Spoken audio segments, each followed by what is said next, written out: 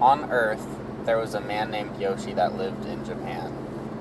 He was an engineering student driving home with his father when they got hit in the side by another oncoming truck.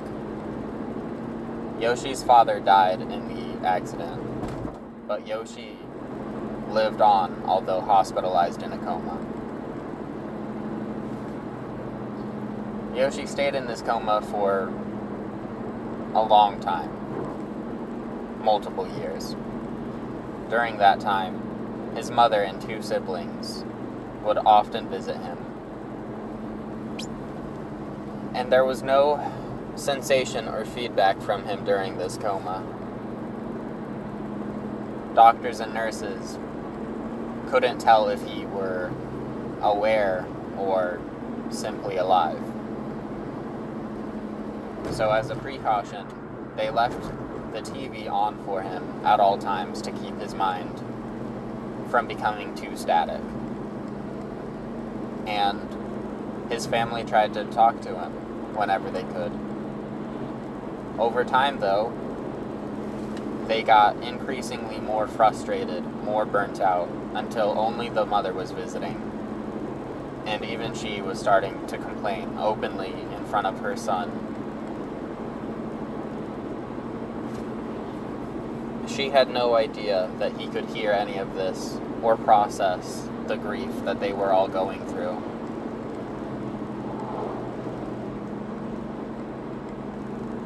He was trapped in his mind, witnessing the world pass him by. Eventually, the stress and financial burdens proved too much for the mother, and she passed away due to stress-related reasons.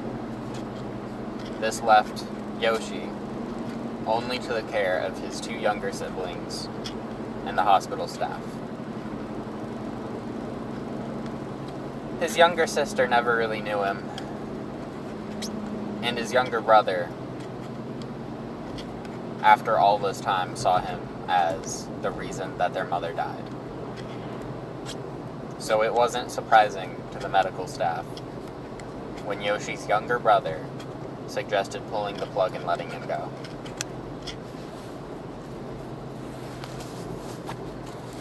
This is where the story of Valir Chronicles really begins. There's a theory in life that you can't ever process your own death. As you die, your brain slows down to a halt, and eventually the temporal perception is slowed down so much so that you continue to live in an infinite time. Maybe this is when your life really flashes before your eyes. But in the case of Yoshi, that was enough time for him to find himself. During the coma, he was already trapped in his head, longer than anybody really should be or deserves to be. That can come very close to meditation, and in his final moments, he ascended from his body and from our world, Earth. He found himself in a black realm called the Eversea. Left floating and drifting with nothing around him, knowing that he should be dead. He had a strange sensation that he had just become his very own god. And he was completely right. Taking all that he knew from physics as an engineering student, he believed that nothing could be created or destroyed, only transformed. So, when he wanted to fill that black space called the Eversea, he did not merely snap his fingers and create a world. focused his energy and meditated on the loss of his legs. He allowed his left leg to go out and tear itself into another reality, the Everburn. And he allowed his right leg to tear off into its own reality, the Evermass. And then between these two pocket dimensions, he tore a seam between them, just large enough for all of the energy in the Evermass to flow into the Everburn, and all of the matter in the Everburn to flow into the Evermass.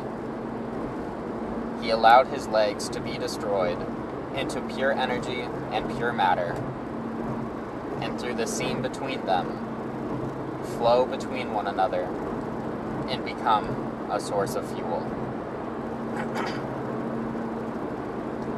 By quantum bullshit, and that's how he refers to it, not me.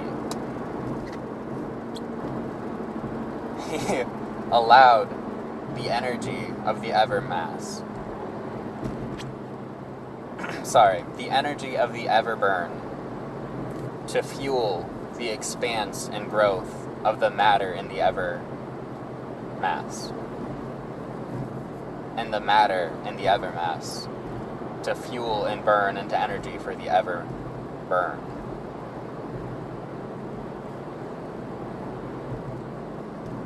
Through these two pockets, he did find his infinite source to create from. And he drew from these pockets to reimagine himself with pale white skin, hard as stone, and 2 additional arms for creating. He believed that in a world like this, and after being paralyzed in a coma for so long, he had no desire for legs, because they should take him nowhere. But with 4 arms, he kept 1 arm in the Evermass, 1 arm in the Everburn, and his remaining 2 arms could be used to create the world ahead of him and pull himself towards it. In this state, he created a 3-tiered cosmic structure called the engine of creation.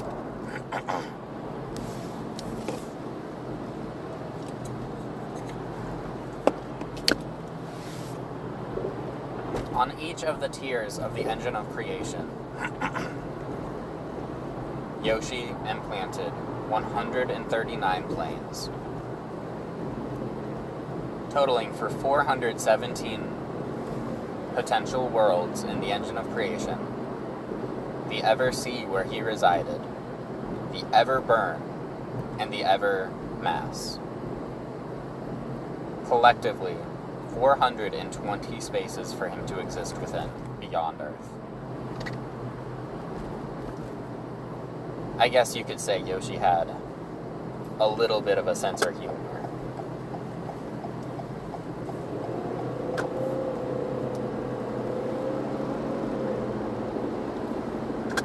He structured an organizational layout for the Evermass, and the Everburn, the Ever-Sea, and the engine of creation.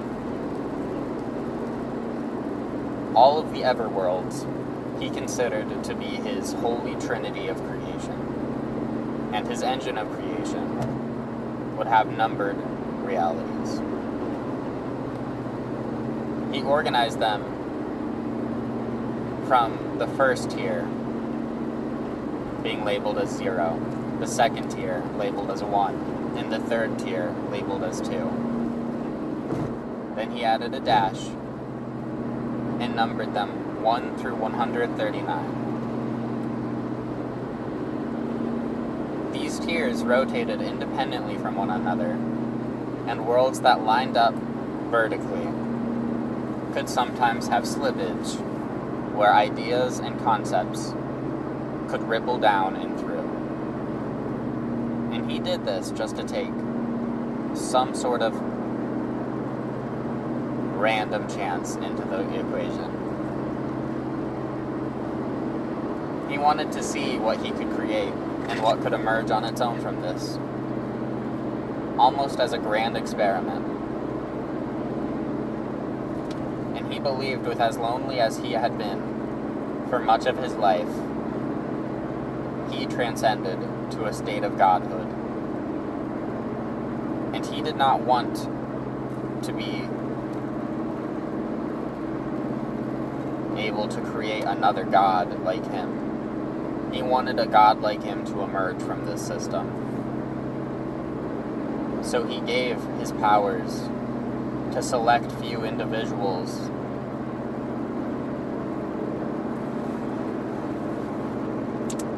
and he waited to see what would happen in the end. The world that the Valir Chronicles is set on is in the 3rd tier and the 12th plane, making it reality 2-012. On this world, there were many iterations of civilization and humanity before the current one. Many times, Yoshi or a natural tragedy would come by and reset. Every previous iteration became known as one of the many Titan generations, or a precursor to what would be.